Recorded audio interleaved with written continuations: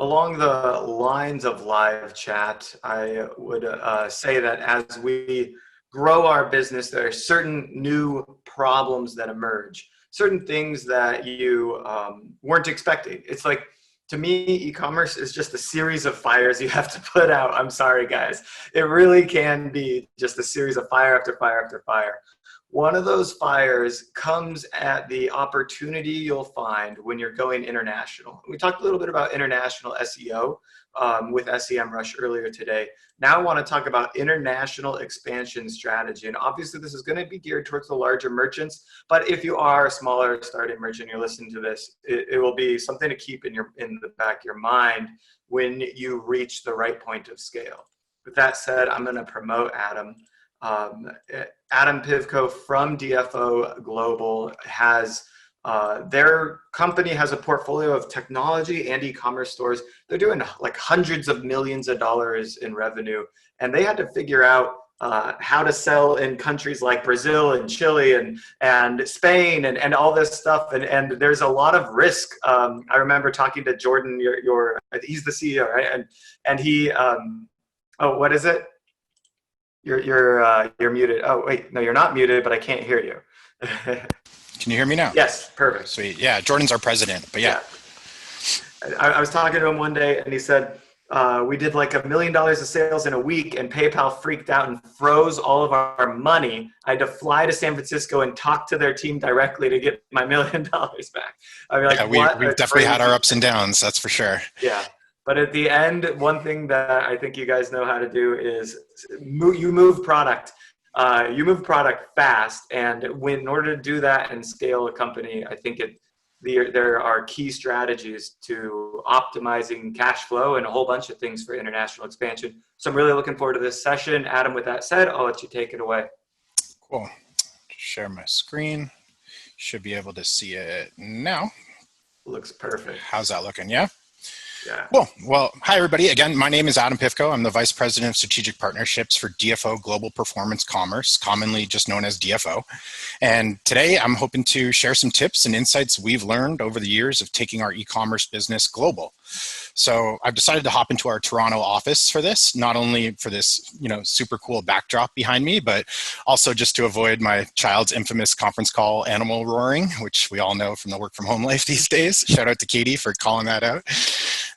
Cool. So why listen to me? I guess, well, I hope to make this presentation not only informative with some key takeaways about expanding internationally, but, maybe layer in a little bit of humor to brighten up this kind of end of the day run. So I know we're all feeling it. Maybe you have your coffee on your desk or you got something going on that gives you this last boost of energy to make it through the day. But in my experience over, about 10 years now in e-commerce performance marketing, we've definitely had our fair share of ups and downs. It even earned me the title of Chief Champagne Officer at one point, represented by that ridiculous picture. So yeah, what we're trying to do today and what we constantly try to do is help clients solve problems, improve their business over time. And, throughout the years, I think we've been successful at doing that. It's a delight to be here and be with the team at DFO. Where I get to now help work on our own brands as well as those of our clients, which I think is, it's something unique that I'm going to touch on a little bit further throughout this presentation. But, I've been fortunate enough to travel for work, met people all over the world, and many of those relationships we leverage to do just that, sell around the world. So realistically, a fair amount of our learnings are things not to do, which I definitely plan on sharing with you today. And Derek, I know you're really hot on the not to do list, so I'll try to keep the trend going. So for those of you unfamiliar with DFO, we market great products online for ourselves, for clients, and with awesome homegrown technology. Simply put, we create brands and products. We understand the challenges when growing a business as we leverage this knowledge not only for ourselves, but for our clients as well. We are unique in that we literally practice what we preach with our own time, our own money, and our own brands. We are a merchant first and foremost, and we strive to share the insights that we've learned and continue to learn, and that knowledge and those best practices with the community at large on conferences like this, or directly with clients in consultations or talking with potential business partners. So we've built over 100 brands as a company, consistently selling into over 150 countries month over month, and drive many seven-figure days of sales. So, I can understand that there's a lot of people that would love to be in our position. I can tell you it comes with a lot of downsides. So with that being said, on screen here are just some of our successful in-house brands for the past few months, but so many more notable mentions, like our partnership with Ron Robinson from BeautyStat, who's going to be speaking right after me, so definitely stick around for that. In terms of marketing, we have two pretty clear divisions at DFO. Amasa is our performance marketing and growth hacking agency. It's focused on generating attention-grabbing creative, conversion rate optimization, maximizing average order or lifetime values, and of course, media buying. With a simple belief that 30% of the puzzle is the ability to buy media, the remainder is what happens after the click. What's really cool about the agency is that it works on our own brands as well as third-party clients, so the learnings are immense. Verve Direct is our affiliate network. It's made up of over 3,000 media buying affiliates globally. Not, mommy bloggers for, not to discredit them all, but not mommy bloggers or discount sites. These are media buying affiliates, which means that they're highly scalable across any ad platform, channel, or geography that you're looking to go into. Again, we use the affiliate network for our own brands as well as third-party clients and offers. You starting to see a trend there? So we're a technology company at our core. We build software like our proprietary CRM called eManage or our page and funnel builder called CTR Wow. These were built primarily for our own optimization and growing purposes, but we're starting to release these tools to the market. CTR Wow right now is in beta stage as we speak. Feel free to sign up and try it out for free. We're definitely interested in looking for feedback on it. And if you want, you can connect with me after this and I can tell you more about these tools or what we do, or just connect with me in general. Lastly, as performance marketers, which we definitely self-identify as, data is everything to us. Test everything is a simple motto we resonate with, and we rely heavily on analytics to optimize and scale our brands. Our preferred vendor, just to give them a shout out for analytics, is Tableau. Virtually all of our data is fed in and analyzed in one central place, which I think is really crucial, especially when you're looking to go international or global. So why go global? Well, I'd say that the opportunity and market sizes are just astounding. A lot of people, you don't give all the credit. Sure, US has this amazing spending habits and a lot of spend going on, but what I'm going to show you on these next couple slides is there's opportunity elsewhere. So this list right here is the top 10 e-commerce markets globally. And outside of China and the US, there's 400 billion worth of annual spending. That's with a B and growing. So why not take advantage of these opportunities that are readily available? Here's another way to look at it is spends per capita. It's like, don't you want a piece of this action? Like South Korea surprised me by being on this list, but needless to say, I've been enlightened. So some really cool countries like UK spending like crazy. Now, don't get me wrong, going global isn't easy. Take it from us. It's definitely difficult and it comes with a bunch of challenges, but what I'm trying to show you guys here today is that, a bunch of these situations, if researched or addressed, could really help your business be successful going international. So it's really that, trying to make it simple, but it's definitely not easy and takes some diligence. So the three main things that we're going to focus on here in particular is going to be marketing, banking, and traffic. And first up is marketing for sure. So although there may be significantly more than just these four, in our experience, these are the most crucial components for success in mitigating your risks in a global marketing effort. Understanding the local market and your product fit, translations, compliance, and even customer communications are key. So if you're scaling into a new market, you first and foremost need an understanding of that geography's culture and how their customs or norms might affect what you're selling. Culturally, I'd advise, trying to understand, what do people in that geography hold dear? How do they view the family versus the individual? What, if anything, about their history is relevant to what you're selling? Are there hidden metaphors or meanings in their society that you're not aware of? Those types of things. On the other side of the coin, it's critical to understand what you're selling. This means you need to figure out if they really want it. Is your product valuable to them? What are their purchasing habits of that geography? Does your message or product resonate with them? Not doing this little bit of homework before spending time and money into a market would be a big mistake. Take hoverboards as an example. I just pulled that one off the top of my head, so bear with me here as I make an analogy. If you're selling into a region that perhaps has rocky roads or dirt roads, do they just want to buy this so that they can get their parents to attempt to ride it and they can make a funny TikTok video about them wiping out? Is that enough value? Perhaps for some, if you have that specific angle in your marketing. But again, think about your product. Think about where you're selling it. Does it resonate? Will it be valuable to them? Translations. So don't, and trust me on this, don't just Google Translate and think you're good to go. Ensure that all of your assets are translated appropriately. To be clear, this means not just your website, but your ads, your terms, your checkout experience, and calls to action is a big one, and the like. So don't just check the box and expect the same or better performance. If you're using a translation service, we definitely recommend double checking it. We've seen some bad actors just throw your content right into Google Translate and charge for it. Little did they know, we tried that already and failed. So definitely double check your translation services. So spend the time and the money to get it done right. Best practices for us have been to use local talent that you can trust to do the job. Local talent can also identify nuances or cultural differences in ads or creative copy. These little things can make a tremendous difference. So try to go local when possible. So translations are something even huge brands have struggled with. Pepsi was bringing its slogan, "Pepsi brings you back to life," into China. And without proper translation, this was "Pepsi brings you back from the grave." Big promise there. Mercedes-Benz entered Chinese market again with the name Benzi. Benzi in Chinese means rush to die. For an automaker, I'm not sure it gets much worse than that. Puffs tried to enter the German market. How could that go wrong? Well, puff in German is a term for a brothel, so not a good look. Ford, when they were going into Brazil, they used Pinto automobile. Pinto in Portuguese or Brazilian Portuguese translates to tiny male genitals. Tough sell when you're trying to buy a cool car. And last but not least, Coors. Everybody loves Coors Light.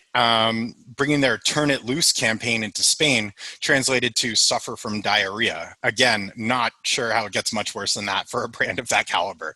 So again, don't just Google Translate. Get real translations, understand nuances, and go local.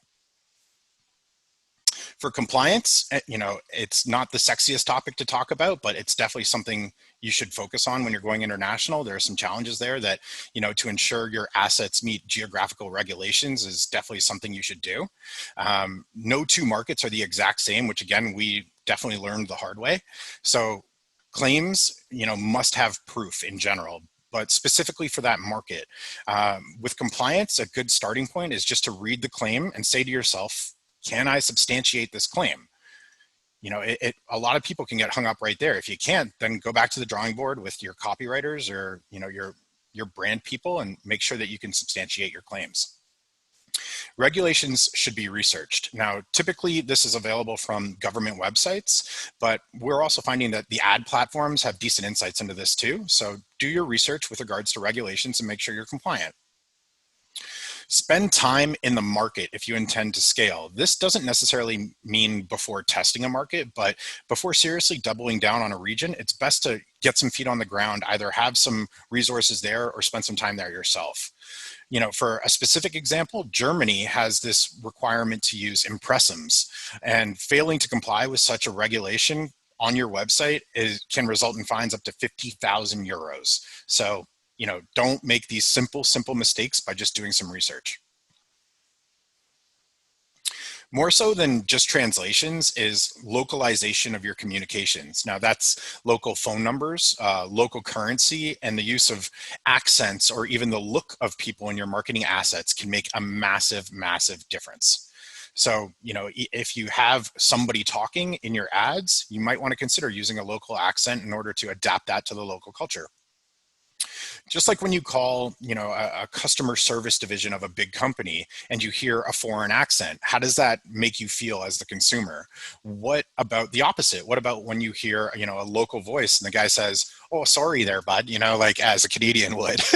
So, a lot of these things can make a big difference in your customer's appearance of your brand and, how much you're investing into that region. Simple things like that can go the long way. So make those investments.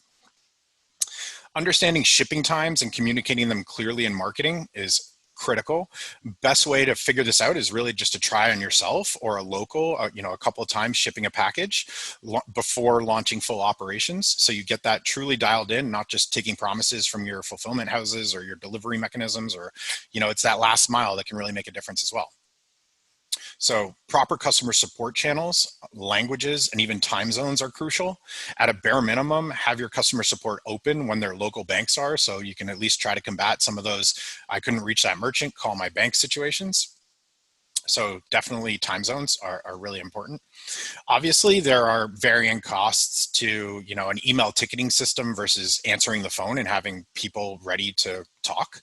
So some places are all phone, and you don't want to sacrifice customer service or customer satisfaction post-sales because you weren't prepared or you didn't want to make that investment. Simply put, optimize your customer service for the target market and for your business prior to launching or going full scale. So that's the marketing section. The next stop is banking. And again, not the sexiest topic, but we have some cool stories here to share that I think will brighten it, if you will. So without appropriate planning and strategy for international banking, you could be spending a ton of time, a ton of money on the other things like marketing and traffic, but ultimately just fail miserably if this isn't dialed in.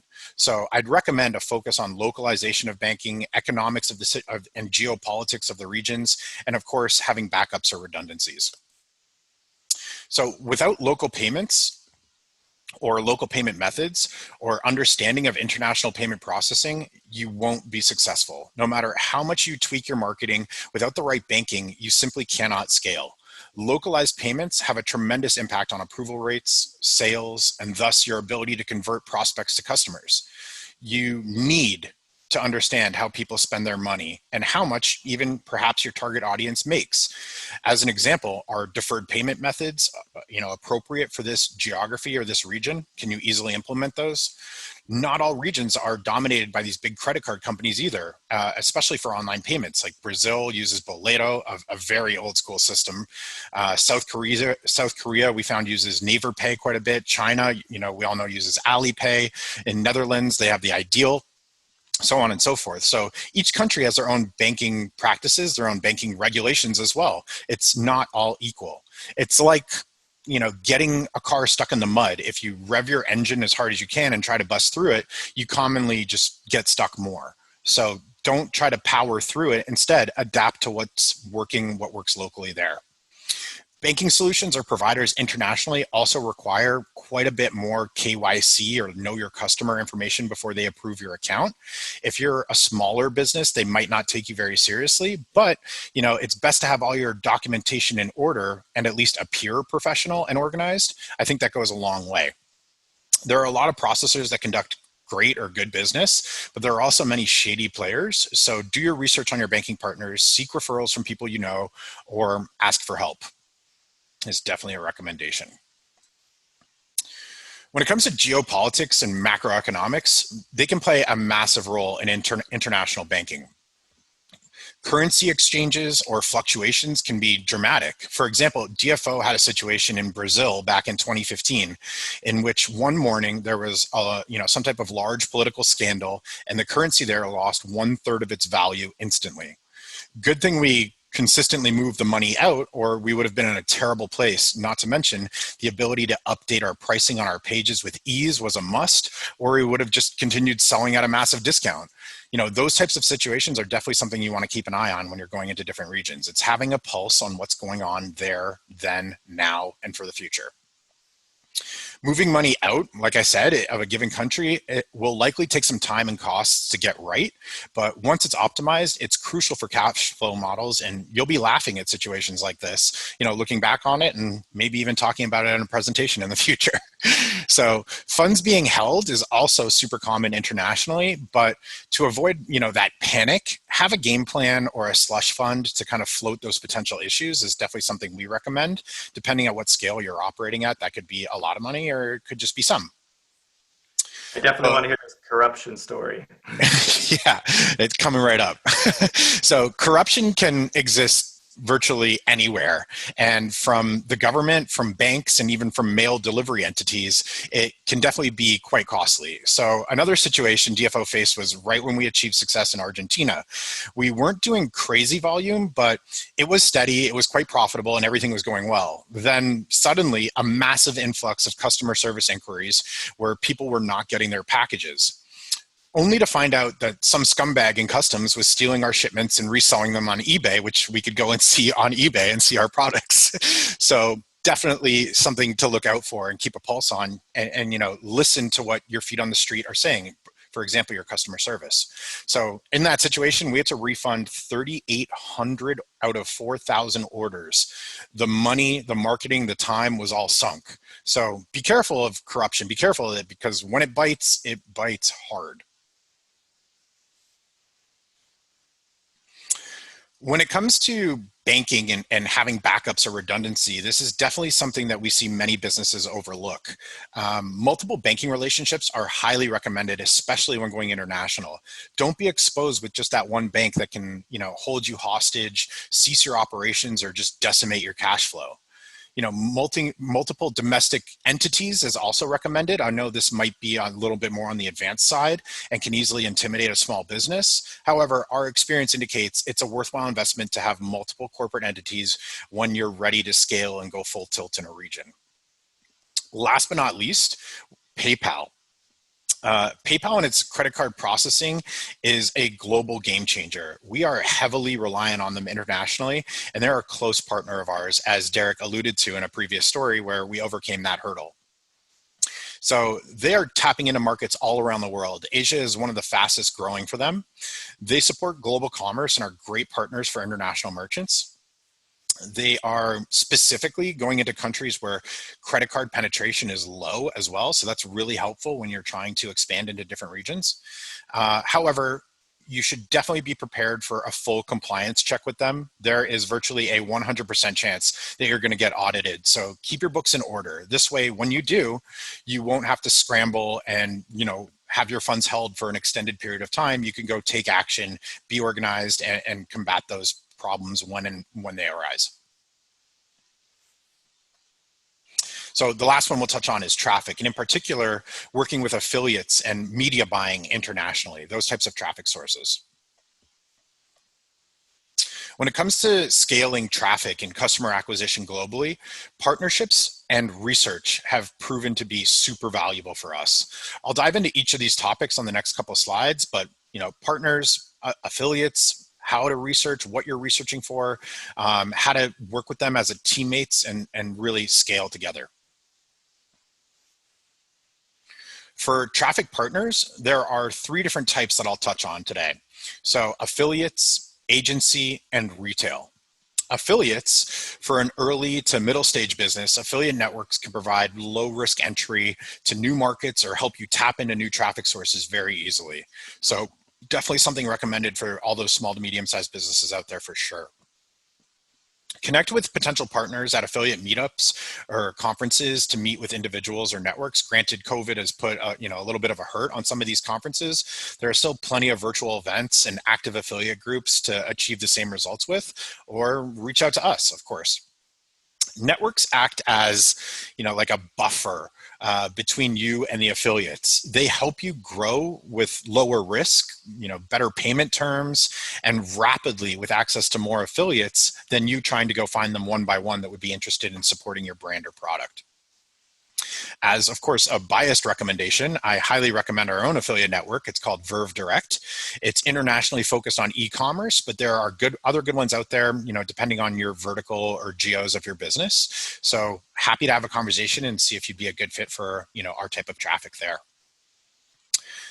Agency or media buying expertise. Again, an agency can help you acquire customers and get the word out about your brand before you enter a new market, or even shortly thereafter, or continuing ongoing. Additionally, ensure that your agency and the one you select, if you're planning on going international, is competent in going international.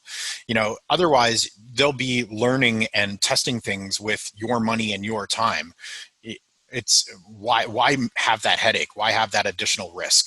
So an agency could definitely help get your offer dialed in and ready for an affiliate network to use to scale with. We do this a lot with our clients. Somebody will come to our affiliate network and say, hey, here's my offer. Is it a good fit? We'll review it. We'll say, hey, these are a couple of the key performance metrics we're definitely looking to improve on. There's an opportunity here to test out some different angles, some different offers, some different price points, by using our agency. And once you get something dialed in there, we can layer on all that additional affiliate traffic. It's a really cool way to get in with some high power, media buying affiliate networks, because they just simply don't want to risk their money on trying something new if it's not honed in, there's not enough data, and you're not working with them to, get them to scale. So again, for a performance marketing agency that does international work with our own brand, spends millions of dollars, I would definitely recommend Amasa. Lastly is the retail avenue. So you can get your products into the shelves of retailers in your new market. This is a phenomenal way to assess the opportunity with very low risk, and one that the next speaker and partner of DFO, Ron from BeautyStat, I imagine will likely be talking about. So Derek, be sure to hammer him on this. So I'll try not to steal his thunder too much here. When it comes to working with affiliates or an affiliate network, there are definitely pros and cons. The most obvious pro is the scalability of having all these different media buyers and all these different channels and all these different geos buying for your business. So with that, is massive scale.